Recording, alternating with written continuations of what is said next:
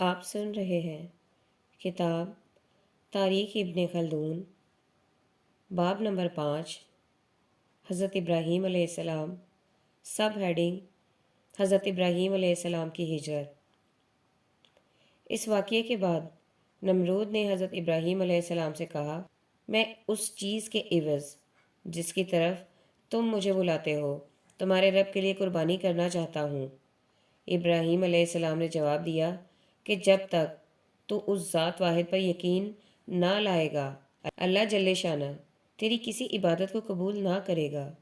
نمرود نے کہا، میں ایک یہی امر تو نہیں کر سکتا کیونکہ یہ میری شان کے خلاف ہے۔ اس کے بعد اس نے 4000 گایوں کی قربانی کی اور جناب موصوف کو کسی قسم کی تکلیف نہیں دی۔ پھر اللہ جل شانہ نے ابراہیم علیہ السلام کو ہجرت کا حکم دیا، چنانچہ اب آپ اپنے تارا اور ناہور بن تارا اور ان کی بیوی ملکہ بنت ہاران، تارا کے بھائی اور لوط بن ہاران اور سارا زوجہ ابراہیم کے ساتھ کلت انین کی سرزمین سے ہجرت کر کے حران چلے گئے۔ حضرت سارہ علیہ السلام۔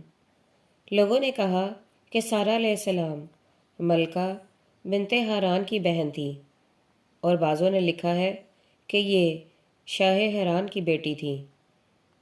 جب دین ابراہیمی قبول کرنے کی وجہ سے ان کی قوم نے ان پر طعنہ زنی کی تو ابراہیم علیہ السلام نے ان سے اس شرط پر عقد کر لیا کہ ان کو کوئی کسی قسم کی تکلیف نہ دے گا۔ لیکن توریت میں ہے کہ سارہ علیہ السلام سرزمین کلدانین سے ابراہیم علیہ السلام کے ساتھ حران آئیں اور یہاں پر ابراہیم علیہ السلام سے ان کا عقد ہوا۔ سہیلی نے لکھا ہے کہ سارہ بن ہاران بن ناہور کی بیٹی تھی جو ابراہیم علیہ السلام کے چچا تھے، اور جس ہاران کے لوط علیہ السلام لڑکے ہیں وہ تارا ابن ناہور کا لڑکا ہے، اور زمانہ کے ہم جران میں تارا آزر کا 250 برس کی عمر میں انتقال ہو گیا۔ سب ہیڈنگ حضرت ابراہیم علیہ السلام کی مصر میں آمد۔ پھر ابراہیم علیہ السلام نے اللہ کے حکم سے کنعان کی طرف ہجرت کی، جہاں پر ان کی نسل کی ترقی کی ابتدا ہوئی، اور یہی زمین تھی کہ جس کے دینے کا اللہ تعالیٰ نے وعدہ کیا تھا۔ 75 برس کی عمر میں آپ نے وہاں آ کر قیام کیا جہاں اب بیت المقدس ہے۔ پھر تھوڑے دن بعد جب کنعان میں قحط پڑا تو آپ اپنے اہل بیت کے ساتھ مصر چلے گئے۔ سب ہیڈنگ حضرت سارہ علیہ السلام کی گرفتاری اور رہائی۔ اگرچہ ابراہیم علیہ السلام بما اپنے اہل بیت کے مصر میں ایسے مقام پر سکونت پذیر ہوئے جہاں پر آپ کو کوئی نہیں پہچانتا تھا، لیکن سارہ علیہ السلام کا حسن و جمال کچھ ایسا معمولی تو تھا نہیں۔ رفتہ رفتہ اس کی خبر فرعون مصر کو پہنچی۔ اس نے ابراہیم علیہ السلام کو طلب کر کے سارہ علیہ السلام کے بارے میں استفسار کیا۔ ابراہیم علیہ السلام نے اس خیال سے کہ شاید یہ مجھ کو قتل کر کے سارہ کو باجبر نہ لے لے، یہ کہہ دیا کہ یہ میری بہن ہے، لیکن فرعون نے اس پر خیال نہ کیا اور سارہ کو اپنے آدمیوں سے اپنی خلوت خاص میں گرفتار کر کے منگوا لیا۔ جب اس نے ایک بار یا بروایت مورخین 3 بار سارہ علیہ السلام کا عقد کیا تو اس کے ہاتھ ہر بار خشک ہو گئے یا کہ اس پر سرئی مرگی والی کیفیت طاری ہو گئی۔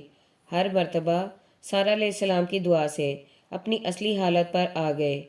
تب چوتھی یا دوسری بار اس نے سارہ سے اپنی اس بے جا دلیری کی معافی چاہی اور ہاجرہ کو آپ کی نظر کر کے حضرت ابراہیم کے پاس بھیج دیا۔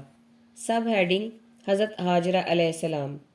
طبری نے لکھا ہے کہ جس فرعون نے سارہ علیہ السلام کا ارادہ کیا تھا وہ سنان بن علوان بردار ضحاک تھا۔ ظاہر یہ ہے کہ سنان ملوک کب سے ہے۔ اس واقعہ کے بعد ابراہیم علیہ السلام اپنے اہل بیت کے ساتھ شام میں کنعان کی طرف چلے گئے۔ بعضوں نے لکھا ہے کہ جس نے سارہ علیہ السلام کا عقد کیا تھا اور جس کے ہاتھ خشک ہو گئے یا وہ سرا میں مبتلا ہو گیا تھا وہ شاہ اردن ہے، اور اس نے بعد افاقہ ہاجرہ کو آپ کی خدمت کے لیے آپ کو دے کر رخصت کیا جو بعض ملوک قبط کی لونڈی تھی۔ سب ہیڈنگ حضرت ابراہیم علیہ السلام کی کنعان میں آمد۔ پھر ابراہیم علیہ السلام مصر سے نکل کر اپنے متعلقین کے ساتھ کنعان کی طرف روانہ ہوئے اور مقام ہیرون، جس کو اب مقام خلیل کہتے ہیں، پہنچ کر قیام کیا۔ یہ وہی مقام ہے جس کو صاحبہ ہیکل مشتری اور زہرا کہتے ہیں اور متبرک سمجھ کر عود وغیرہ جلاتے تھے۔ عبرانیوں نے اسی کا نام ایلیا، اللہ کا گھر، رکھا۔ سب ہیڈنگ حضرت لوط علیہ السلام کی علیحدگی۔ لوط علیہ السلام یہاں تو ابراہیم علیہ السلام کے ساتھ رہے، لیکن اب یہ مویشیوں کی کثرت اور سبزہ زاروں کی قلت کی وجہ سے ابراہیم علیہ السلام سے علیحدہ ہو کر فلسطین کی طرف جانے والے ہیں۔ اگرچہ ہمارے مورخ نے ان کی سرگزشت اسی مقام پر تحریر کی ہے، لیکن ہم ان کا حال مستقل طور پر آئندہ لکھیں گے۔ اس موقع پر اس دلچسپی کو جو کہ ابو الانبیاء ابراہیم علیہ السلام کے حال سے پیدا ہو رہی ہے ہاتھ سے نہیں دینا چاہیے۔ طوفان نوح کے بعد سب سے پہلے یہی شہر آباد کیا گیا تھا۔ قدیم شہروں میں یہ شمار کیا جاتا ہے۔ ہاجرہ مادر اسماعیل علیہ السلام کا نام عبرانی زبان میں ہاگار ہے۔ رکیوں بادشاہ مصر کی بیٹی تھی۔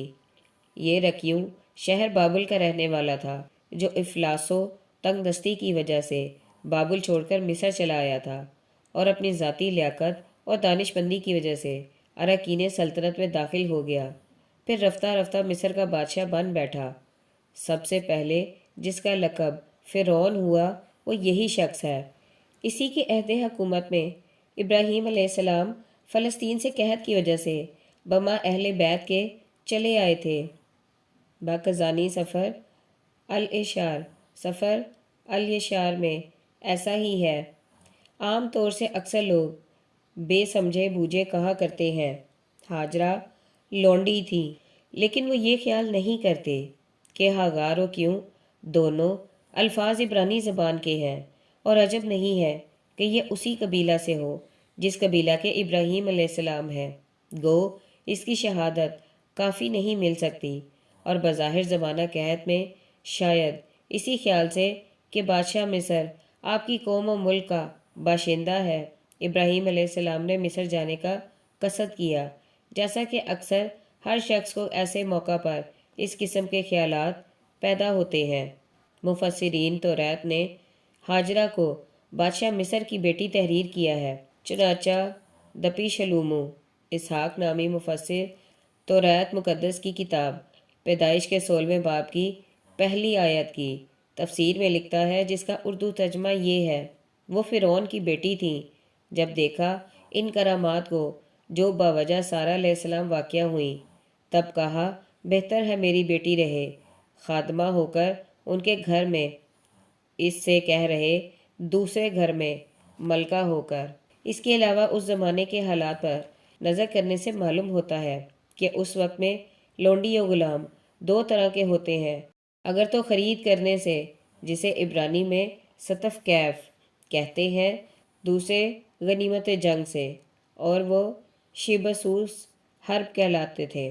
تیسری صورت یہ تھی کہ ان کی اولاد لونڈی غلام کہے جاتے تھے، جو در حقیقت تیسری قسم نہیں ہے، بلکہ انہی پہلی دونوں قسموں میں یہ داخل ہے، اور اس قسم کے لونڈی غلام کو یلید با یس یعنی خانہ زاد کہا جاتا، اور اس قسم کے لونڈی غلام کو یلید با یس یعنی خانہ زاد کہا کرتے تھے۔ لیکن ہاجرہ ان تمام باتوں سے پاک تھیں، اور اس وقت تک ان دونوں باتوں میں سے ایک بھی ثابت نہیں ہوئی تھی۔ پھر ان کو لونڈی کہنا زیادتی نہیں تو اور کیا ہے؟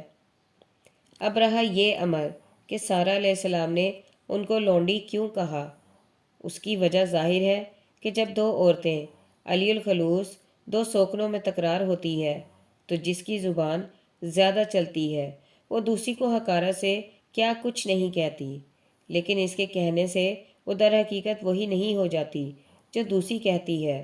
اور اگر در حقیقت ہاجرہ علیہ السلام لونڈی تھیں اور اسماعیل علیہ السلام لونڈی زدہ ہوتے تو سارہ علیہ السلام ان دونوں ماں بیٹے کے نکال دینے یعنی طلاق دینے کی درخواست نہ کرتیں، کیونکہ ان کی شریعت میں لونڈی اور لونڈی زدہ کو بیوی اور بیوی کے لڑکے کے ہوتے ہوئے میراث نہیں ملتی تھی، سوائے اس کے کہ اس کا باپ اپنی حالت حیات میں جو کچھ دے گیا ہو، اور اسی طرح زن متعلقہ اور اس کے لڑکے کو میراث پدر نہ ملتی تھی۔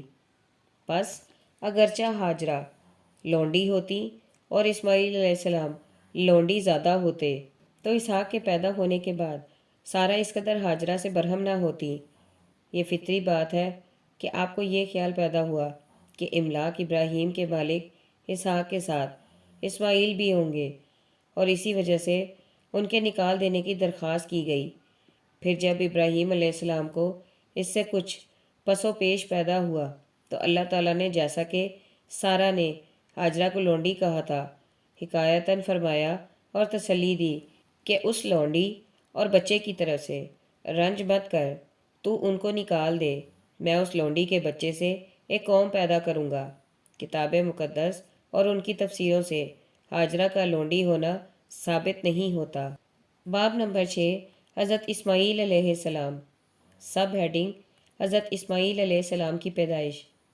مصر سے واپسی کے بعد 10ویں برس سارہ علیہ السلام نے ابراہیم علیہ السلام کو ہاجرہ سے نکاح کرنے کی اجازت دے دی، اس خیال سے کہ شاید اللہ جل شانہ انہی سے کوئی لڑکا مرحمت فرمائے، کیونکہ جناب موصوف نے لڑکا ہونے کی دعا کی تھی اور اللہ تعالیٰ نے وعدہ کیا تھا، اور سارہ علیہ السلام کی عمر زیادہ ہو گئی تھی، وہ لڑکا ہونے سے نا امید ہو چکی تھی۔ جب ابراہیم علیہ السلام نے ہاجرہ سے نکاح کیا تو آپ کی 86 برس کی عمر میں اسماعیل علیہ السلام ذبیح اللہ بطن ہاجرہ سے پیدا ہوئے۔ جناب باری سے یہ وحی نازل ہوئی کہ اس لڑکے کی 12 اولادیں ہوں گی اور ہر ایک بڑے سلسلے کا رئیس ہوگا۔ سارہ کو اس کے بعد غیرت نے اس پر مجبور کیا کہ انہوں نے ابراہیم علیہ السلام پر ہاجرہ علیہ السلام کے نکالنے کا دباؤ ڈالا۔ سب ہیڈنگ، حضرت ہاجرہ علیہ السلام کی روانگی مکہ۔ ابراہیم علیہ السلام کو سخت تردد کا سامنا ہوا۔ اللہ جل شانہ نے تسلی دی اور ارشاد کیا کہ سارہ علیہ السلام کی اس بارے میں اطاعت کرو۔ ابراہیم علیہ السلام سارہ علیہ السلام کے کہنے سے ہاجرہ علیہ السلام اور اسماعیل علیہ السلام کو ایک خچر پر سوار کر کے کچھ تھوڑا سا زیادہ راہ لے کر روانہ ہوئے، اور جناب باری کے حکم سے سرزمین مکہ مقام زمزم میں ٹھہرا کر واپس ہوئے۔ ابراہیم علیہ السلام کی رخصت کے وقت پر ہاجرہ علیہ السلام نے گھبرا کر ابراہیم سے کہا، کس نے تم کو یہ حکم دیا ہے کہ تم ہم کو ایسی زمین میں چھوڑ جاؤ جہاں نہ کوئی درخت ہے اور نہ پانی؟ ابراہیم علیہ السلام نے جواب دیا، میرے خدا نے یہ حکم دیا ہے۔ ہاجرہ علیہ السلام نے جواب دیا، وہ بے شک ہم کو ضائع نہ کرے گا، اور خاموش ہو کر بیٹھ گئیں۔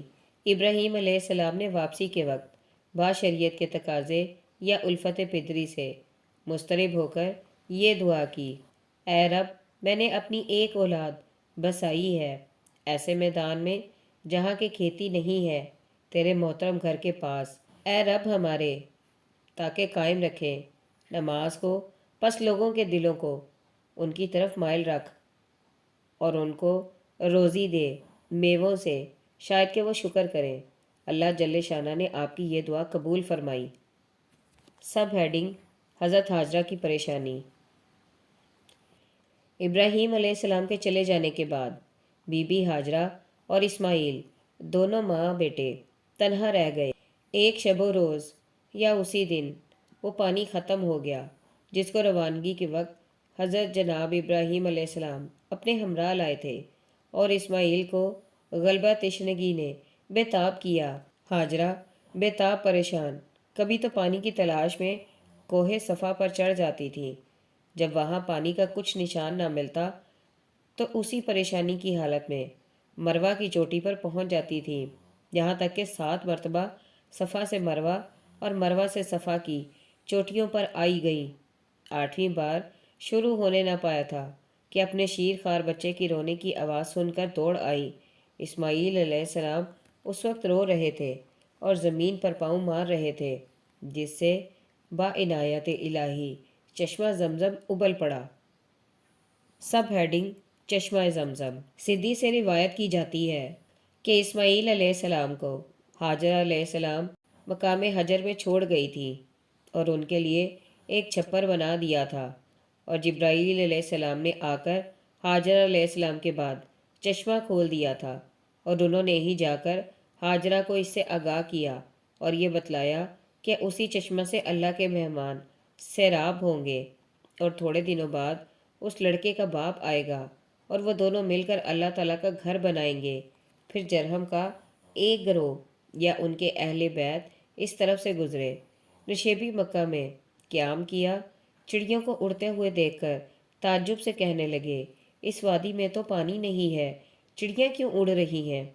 چند لوگ اس جستجو میں چل کر اور مقام حجر میں پہنچ کر ایک عورت اور ایک بچہ اور ایک چشمہ کو دیکھا، اور وہیں سب نے قیام کیا۔ واللہ علم۔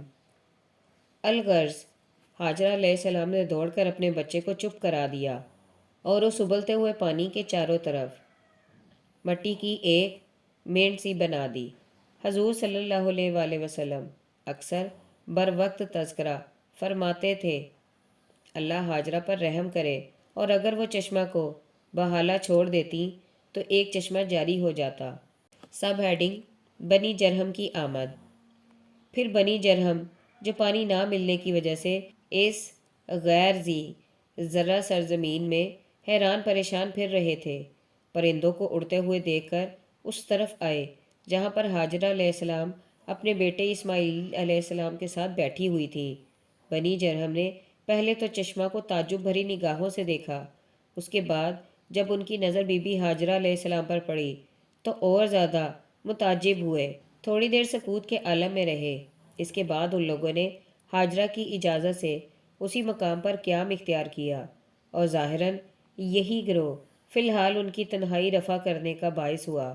اسماعیل علیہ السلام نے اسی گروہ میں پرورش پائی، جوان ہوئے اور انہی لوگوں سے زبان عربی سیکھی۔ ان لوگوں نے اپنے خاندان میں سے ایک عورت کے ساتھ آپ کا عقد کر دیا۔ پھر ہاجرہ علیہ السلام کا انتقال ہو گیا، اسماعیل علیہ السلام نے ان کو مقام حجر میں دفن کر دیا۔ سب ہیڈنگ: ولادت اسحاق کی بشارت۔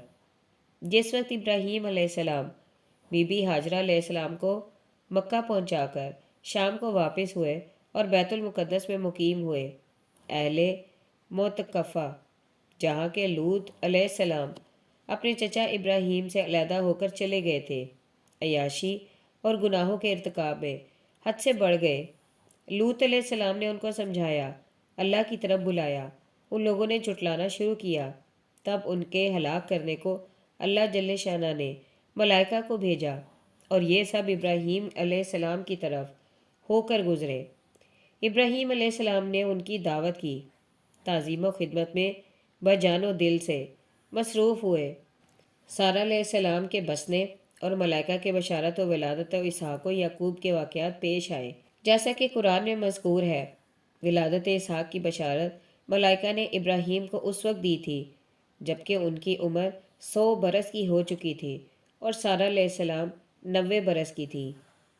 سب ہیڈنگ: حضرت ابراہیم علیہ السلام کا امارہ کے متعلق فیصلہ۔ اور اسحاق علیہ السلام کی ولادت کے بعد اللہ تعالیٰ نے بیت اللہ بنانے کا حکم دیا۔